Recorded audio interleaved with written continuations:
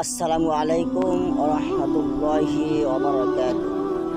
সম্মানিত দর্শক শ্রোতা, আজকে আমি আপনাদের সামনে হাজির হয়েছি ছোট্ট একটা বিষয়ে আলোচনা করব বলে।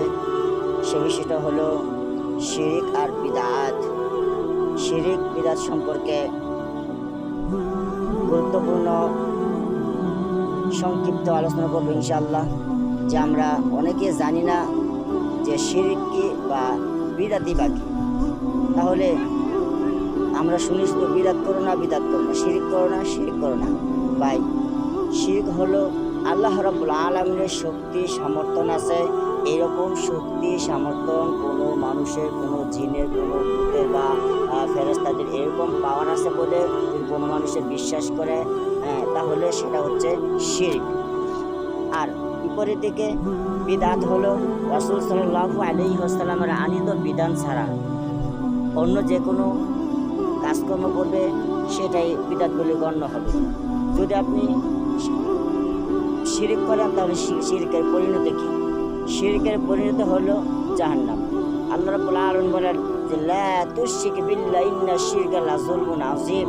তোমরা আল্লাহ রাব্বুল আলামিনের সাথে শিরিক করবে না, নিশ্চয় শিরিক হচ্ছে অত্যন্ত মারাত্মক একটি জুলুম।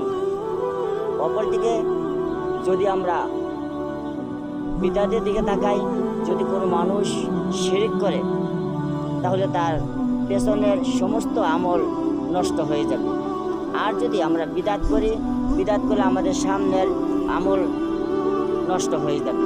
তাহলে এই যে গত পরশুদিন আমাদের ঈদে মিলাদুন নবী গেল, ঈদে মিলাদুন নবী যারা পালন করেছে তারা বিদাত করেছে। কারণ রাসূল সাল্লাল্লাহু আলাইহি ওয়াসাল্লামের দেশ যে সৌদি আরবে, মক্কা মদিনায় যদি ঈদে মিলাদুন্নবী পালন করা না হয়, তাহলে আমি আপনি বাংলাদেশে থেকে আমরা কিভাবে ঈদে মিলাদুন্নবী পালন করি? জন্ম মৃত্যু এগুলি পালন করার জন্যে, রাসূলের সুন্নাহ আদায় করার জন্যে রাসূল সাল্লাল্লাহু আলাইহি ওয়াসাল্লামের সাহাবী এবং রাসূল সাল্লাল্লাহু আলাইহি ওয়াসাল্লামের দেশ হচ্ছে বেশি হকদার আমার সাথে আপনার সাথে।